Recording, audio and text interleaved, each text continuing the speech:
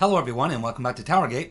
It is TowerGate day number 943, November the 1st, 2019, Friday. Thank you so much for tuning in. Yes, it's Friday. Oh boy.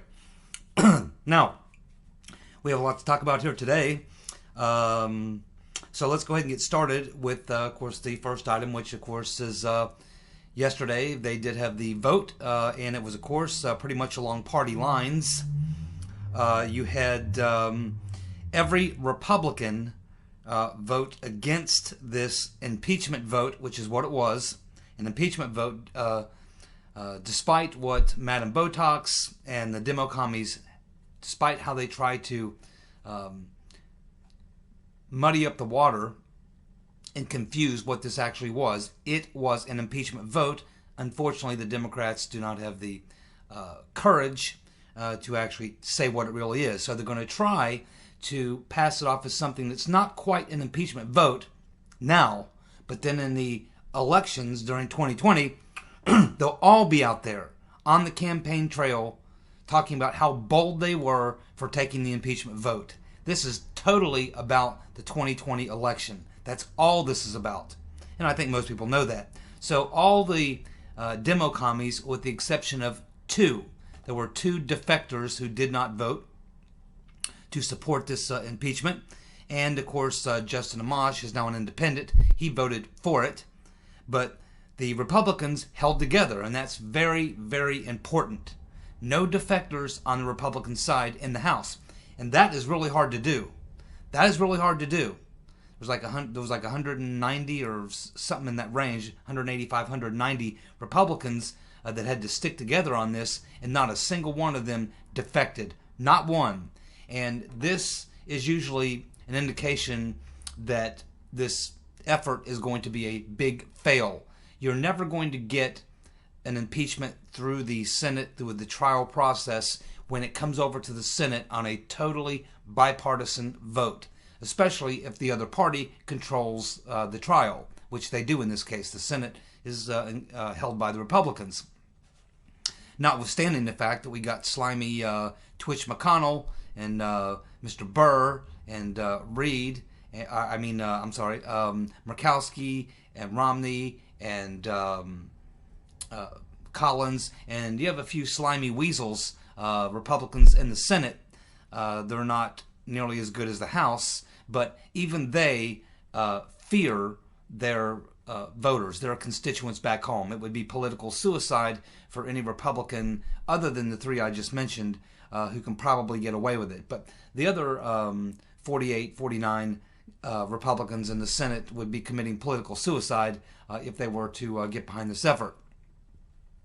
So it's a political stunt. It's obvious that it's a political stunt. It was far too far too partisan for it to have any effect. This is exactly what Madam Botox, and she knew this. She even said this back months and months ago. You can't go into an impeachment solely on a partisan vote, which is exactly what she ended up doing because she caved to the pressure. And this is what this tells you, is that Madam Botox is weak. She feels threatened. She knows at any time they could hold a secret vote and run her out.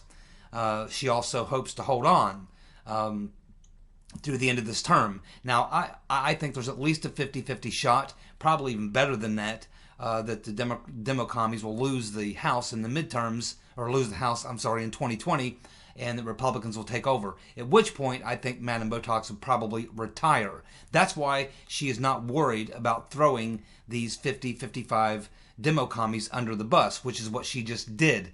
By leaning on them, forcing them to vote for this, they pretty much put themselves in a situation where most of them, if not all of them, most of them are going to be defeated in their re-election campaign for taking this vote. But she doesn't care, because Madam Botox either wants to go down in history as the speaker who took down Trump, or the speaker who blew it, in which case she exits stage left and she's kind of forgotten about, and it falls on the Democrats who remain once Trump's been reelected in 2020 and he wins back the Congress. Republicans win back the House, at which point Pelosi is out of there, and it's the Democrats' problem. It'll be Steny Hoyer's problem at that point. And you can bet that once the Republicans take back control of all those committees, they will be doing a little digging into things themselves, and there'll be a lot for them to dig into, because we'll be talking about the era of the post-Barr Durham investigation and the Horowitz report. Now, this is the big game changer, and this is why I say I don't worry too much about this. This will give the Democrats, they will get some play out of this for a few weeks, maybe even a couple of months. They'll probably move the polls a little bit. They'll probably get some short-term gain out of this move. But in the not too distant future, we are going to get the Horowitz report, which we understand is going to be fairly damning, and damning for the Dimo-Commies. And then, of course, we're going to get the Barr-Durham investigation. That I'm certain that we will get the results of that before the 2020 election. Now, there may be still investigative matters going on after that, because this is such a large crime and there are so many people involved. But the narrative, the story, will be known by then. The whole investigation itself could take a long time, but we will know what Barr and Durham have discovered and what the results are of their investigation long before we vote in 2020.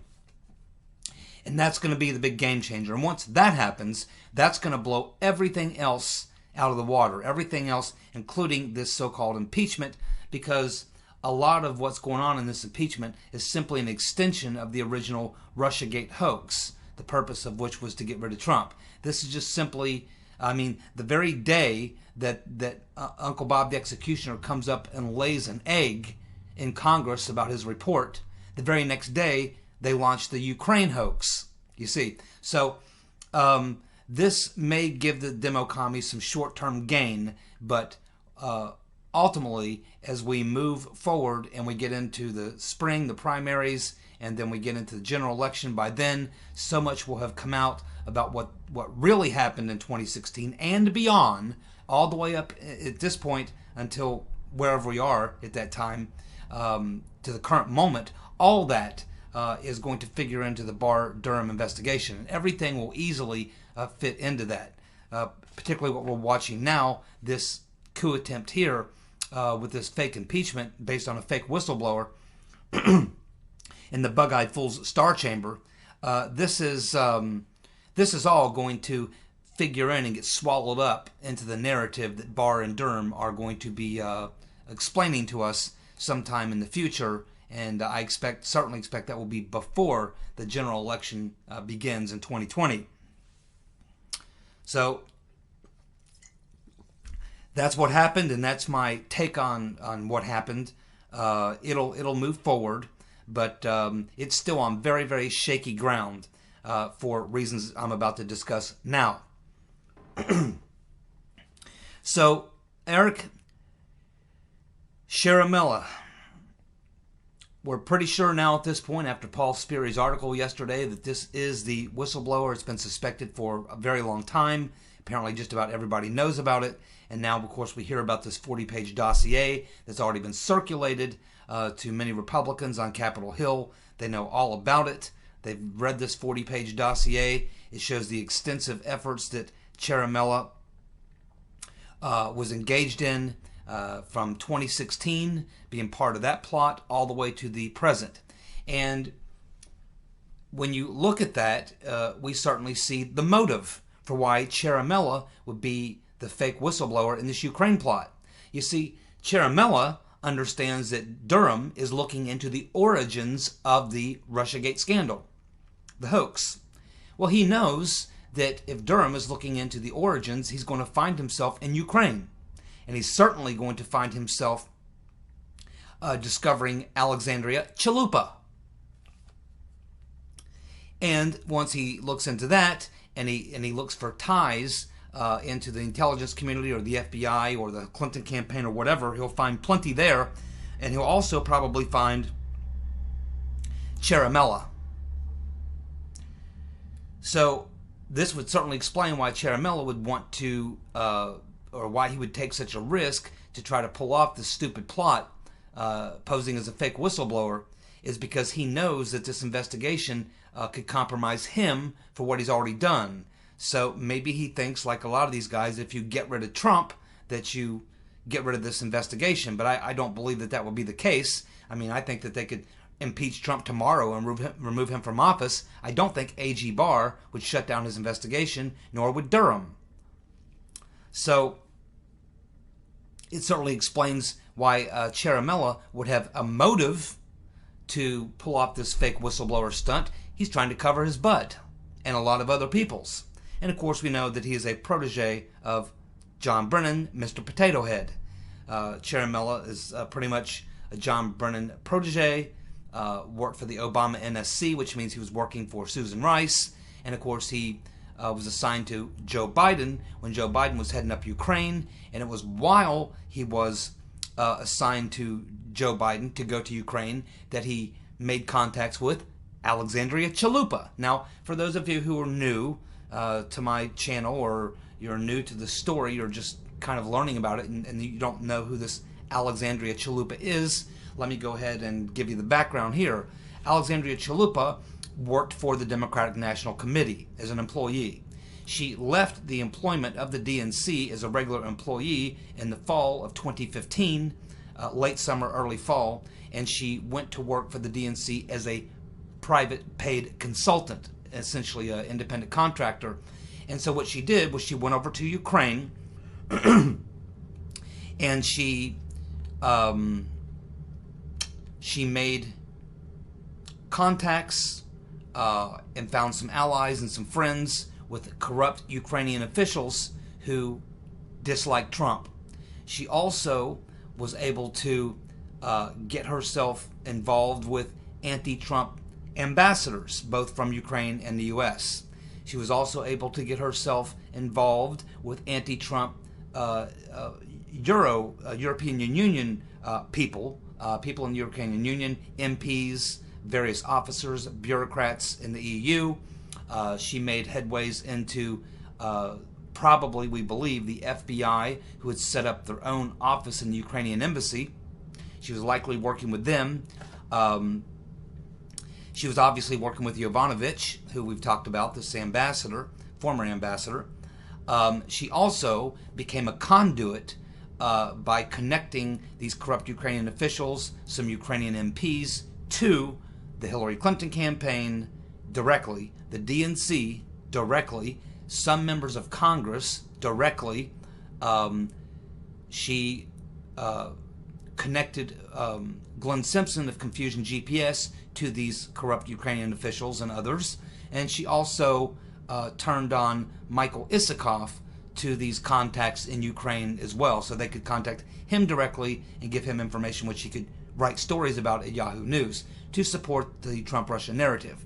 So, as you can see, Alexandria Chalupa was a key player, acting as a conduit between a lot of different forces on both sides of the pond, between Ukraine and the United States, to push and develop and conjure up the Trump-Russia narrative. It first began with Manafort. In fact, Manafort was kicked out of the campaign because of this black ledger. It was Alexandria Chalupa that developed that, along with these corrupt Ukrainian officials. One of whom has already been convicted of that and sent to jail, and there's two others under investigation. And that information was then peddled off to Michael Isikoff, who wrote the story, and based on that, it was what forced Trump to get rid of Paul Manafort. And then we find out later that the black book here that they came up with was a fraud. It wasn't even true. So Alexandria Chalupa is up to her eyeballs in all of this, and it was impossible to imagine that Durham, investigating the origins of the Russiagate hoax, it's impossible that he would not find himself in Ukraine, and if once in Ukraine, digging into the origins of this, that he would not discover Alexandria Chalupa. I am absolutely certain that he knows all about her, and I would assume that she's going to be on his list of people that he calls in front of a grand jury. And if Durham is really digging into it, he might then stumble onto Ciaramella, especially because we learned from Paul Sperry's piece that Ciaramella wasn't just participating with Chalupa, working with Chalupa on the Ukraine side of the equation, but we learned from Paul Sperry that he actually invited Chalupa to the White House on multiple occasions to spread her garbage with his comrades who were there on assignment from the CIA, assigned to the NSC, working under Susan Rice. She was likely getting this information up the chain from what was coming out in these meetings where Ciaramella had invited Chalupa. So she's probably sitting in these meetings, dropping all this garbage, most if not all of it lies, and that's making its way up through the chain, probably to Susan Rice, and then on to Obama. So this would explain why Ciaramella would do something so risky and so stupid, because now he's been outed. And if Durham had not previously discovered Ciaramella, he certainly has now. I assume Mr. Durham reads the papers. Certainly Barr does. Barr knows everything that's going on in D.C. So certainly William Barr now knows about this Ciaramella, and he probably has. He probably has known Ciaramella was the fake whistleblower for quite a while now. And now this is going to cause Durham, if he hasn't already, to take a look at Ciaramella, and so it's likely that as a result of this stunt, Ciaramella, who might have been able to squeak away as just too small of a player to have actually been caught up in it, he is now, because he inserted himself and is a fake whistleblower in this continuing effort to carry out a coup, this now shines a much brighter light on him and puts him much more into the spotlight as a key player in all of this. So it's very likely that if he wasn't on Durham's radar before, he certainly is now.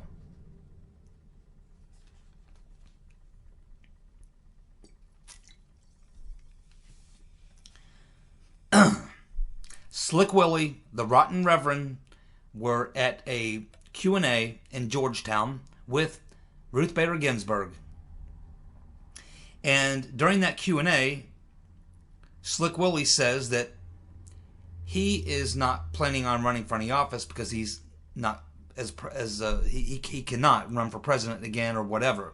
But he said that his wife, Hillary, may or may not run. May or may not run. Well, I can imagine, I haven't been over to H.A. Goodman's channel yet, but I can imagine he's probably throwing a party over there. He's probably so happy he can't stand himself at this point. And, yeah, I mean, it's just, it's just another step in the process for the Rotten Reverend Clinton to prepare the field of play for her entering the race. It's hard to say when she's going to do it. I agree with a lot of other people that I doubt that she would do it while Biden is still there. Although if push comes to shove and Biden simply won't go, she probably could throw her hat in the ring. But I think that that's not something she would like to do. I think there was really two factors that were critical in the Rotten Reverend Clinton before she would throw her hat in the ring. One, I think Biden has to be gone. And number two, they have to get an impeachment, at least get impeachment hearings against Trump. So she's got one of those things, and she's working pretty hard on the other one. But, as desperate as she is, and as much as she wants that power, she might look at it at some point and say, no, Biden's just not going to go. Okay, fine, then I'm going to have to jump in the race and go at him head-to-head, and I can knock him out head-to-head. Because once I enter the race, I'm going to take 90% of his voters. He will drop so low in the polls that he'll have to drop out. She would rather not do it that way. She'd rather force him out another way. But if she has to, that's exactly what she'll do. So, a lot of people are, making a lot of hay over this particular comment. I'm sure it's getting a lot of play on Twitter and other social media. I just kind of chuckled when I saw it. There's just a short video clip I watched. And the Rotten Reverend Clinton cackles and laughs when Slick Willie makes this comment. But, I have been saying, and I've known since, the day after the 2016 election that the rotten Reverend Clinton had every intention of running again in 2020. I mean, the day that she lost in 2016, the very next day began her campaign for 2020. And it began with the continuation of the coup. As I've said many times before, Christopher Steele was asked in his deposition who was paying him and why. And he said he was hired by the law firm representing Hillary Clinton, the Hillary Clinton campaign, to produce the evidence that Clinton's lawyers could use to challenge the election in case she lost. So this has been the plan even before she lost. She had a backup plan. If she lost, she was going to execute the coup. If she couldn't stop Trump from being elected, she was going to take him out once he was elected. So this has been the plan even before she lost. She had a backup plan. So again, this doesn't surprise me, and what she really wants is the fake draft Hillary campaign, which is ongoing. It's out there, but I don't think it's gone as well as she would have liked, because she hasn't gotten everyone on board that she wants on board. CNN has not really been out there buying into it, nor has MSNBC, two pretty important allies. The rotten Reverend Clinton is finding out that getting the draft Hillary campaign rolling is a lot more difficult than she thought, because a lot of the people who she thought might fall in line and might be afraid of her are not as afraid of her as they used to be, because the Clintons simply don't have the power they used to have. And quite honestly, a lot of them didn't like the campaign she ran in 2016. And of course, CNN is all in for Elizabeth Warren, and MSNBC seems to be all in for Biden. So the rotten Reverend Clinton's draft Hillary campaign has not gone as smoothly as she would have liked. It's not really picked up the type of steam she wanted, because a lot of Democrats don't like the rotten Reverend Clinton, and her loyal base of support simply isn't large enough, nor are they represented in the media the way they need to be to get this thing rolling. So she is now having to try some other things to try to put some force behind it. And this is just, nothing is an accident with the Clintons. Nothing is an accident. That was a set-up question. Just like last week when she did that little deal and she had the guy in the audience yell, "You!" When she was talking about who they should try to go for to be the Democratic nominee. And that was a totally staged deal. Just like this was a staged deal. So the rotten Reverend Clinton is obviously finding that she is not quite as, doesn't wield quite the power she used to, or the influence, that the draft Hillary campaign is not catching on as much as she hoped it would, and that there's a lot of people that she would normally have relied on, and she did rely on in 2016, who were there to give their full support, who are not there this time around. So she's finding it very, very difficult, and she's probably not very happy with that. But again, I think that there's no doubt in my mind. I've not doubted this at all, again, since day one, since she lost the election. The day after, I believe, on the following video, the day after she lost the election, I said that she will be back in 2020. She definitely wants to be the nominee, and believes that there's no one better than her. She believes she would be the strongest person in the field if she entered. But she has to make it look like she's being drafted. She can't make it look like she's pushing her way into it. That won't give her the optics that she needs, nor will it support the narrative that she wants to use, which is that I don't really want to do this, but I'm forced to. So that was her plan. That was her plan. So her plans are not working out exactly as she hoped, but the rotten Reverend Clinton never, ever gives up. She'll just find some more angles. She'll just find some more ways of getting there. She'll never stop. I mean, it won't end. Literally will never end until she's left this earth, unfortunately. So there you go. Slick Willie saying the rotten Reverend Clinton may or may not run. I imagine if you go over to H.A. Goodman's channel, he's probably celebrating there. So we had another witness testify yesterday. In fact, this is probably one of the most senior people that we have seen testify to the Bug-Eyed Fool's Star Chamber. And this individual was the senior director he's a National Security Council senior director for European Affairs, named Tim Morrison. And Tim Morrison's testimony was, in front of the Star Chamber, that there was nothing illegal about the Trump call. Nothing illegal about the Trump call. And he was one of the people who would have heard the call, and he is the most senior person who's testified so far. So, more good news for Trump, more bad news for the Bug-Eyed Fool. We have Sidney Powell. She's on Fox saying that she expects the judge in the case, Emmett Sullivan, to either postpone or cancel Michael Flynn's sentencing. She's expecting either a postponement or a complete canceling of the sentencing. I agree. I think that Judge Sullivan is watching very closely. I mean, he's in the District of Criminals. He's probably watching. He knows that the things that Sidney Powell is talking about could likely turn out to be true. And while he knows that the DOJ probably will not come off the Brady material she wants, Sullivan, as the judge, doesn't want to be sitting here sentencing Flynn, not listening to what Sidney Powell is saying and having Barr and Durham and the Horowitz report come out, and then 3, 4, 5, 6 months down the road, Sullivan looks bad because they're back in court on this case because they're fighting to overturn the case, have the case re-adjudicated, or a separate new case, and he will look bad in the process. So this is a kind of a safe move for Judge Sullivan. He can indefinitely put off the sentencing hearing, and the reason he would be doing that, I think, is he wants to wait for the Horowitz report to come out. He wants to wait and see what more comes out from the Barr-Durham investigation.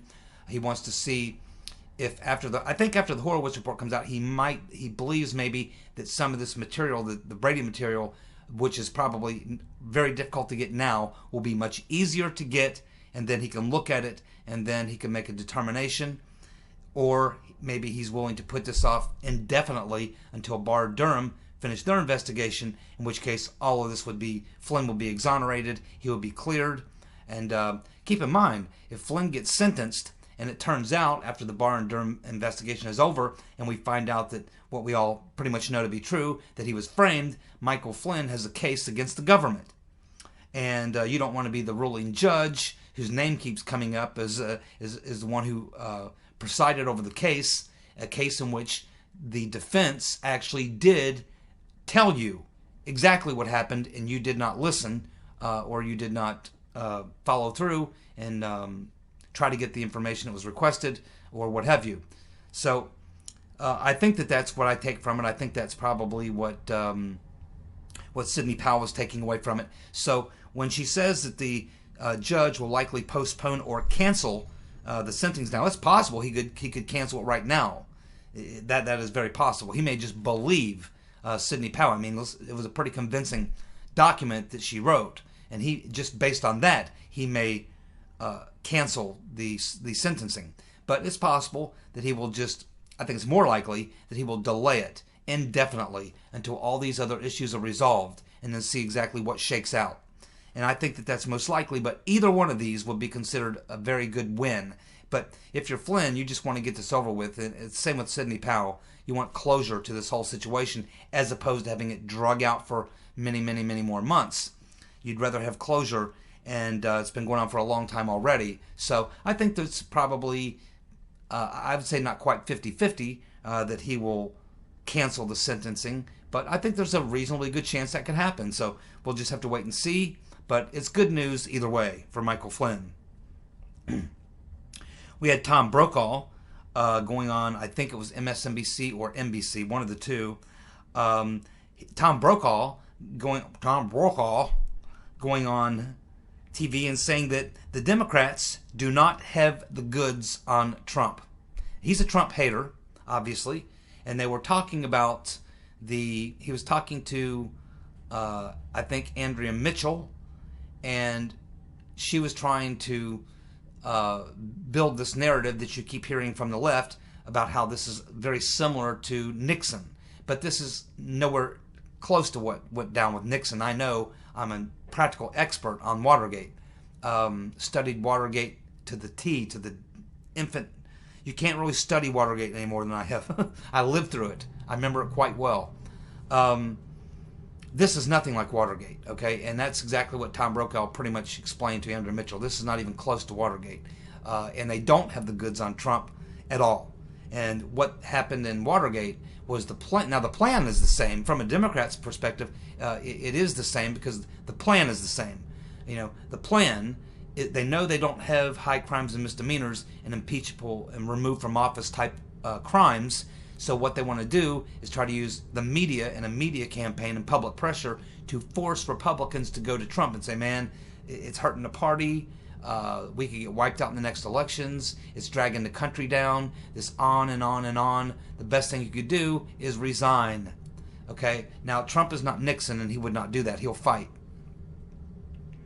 But also, Trump is so popular with his base that you're going to have a very difficult time finding those Republicans. Yeah, maybe Mitt Romney and Murkowski and Collins would go into the White House and say, you should resign, but Trump would laugh at him and throw him out of the office.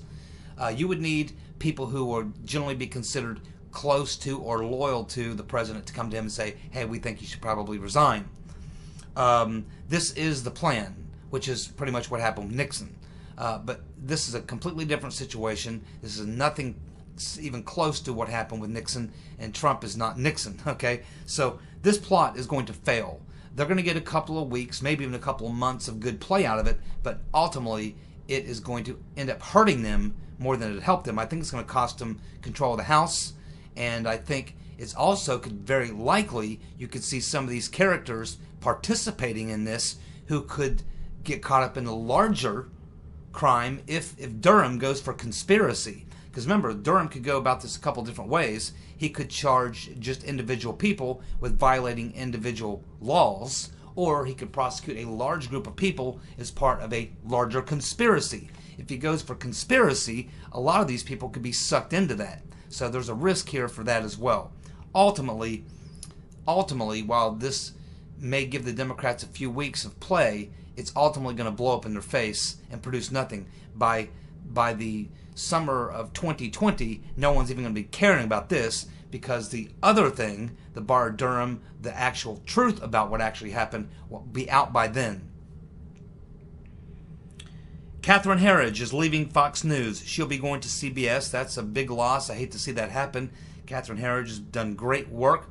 I wonder how she's going to like working at CBS, knowing good and well that they're not going to let her actually tell the truth.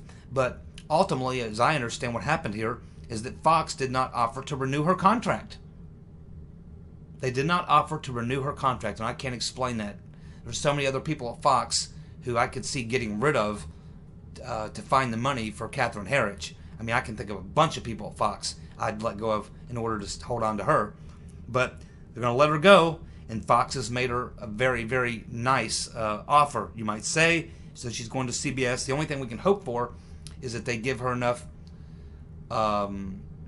leeway that she can actually report the truth, and maybe you'll have at least one person over at CBS telling the truth. We had that idiot, the skateboarder, Robert O'Rourke, who's now out there saying that he wants people to be able to pick what gender is on their driver's license. This guy is completely out of his mind. How he's even considered a serious candidate for anything is just beyond me. But it shows you how bad things are. Okay, we're out of time. Thank you so much for tuning in. I'll be back tomorrow with more TowerGate. You guys have a good night. See you. Bye.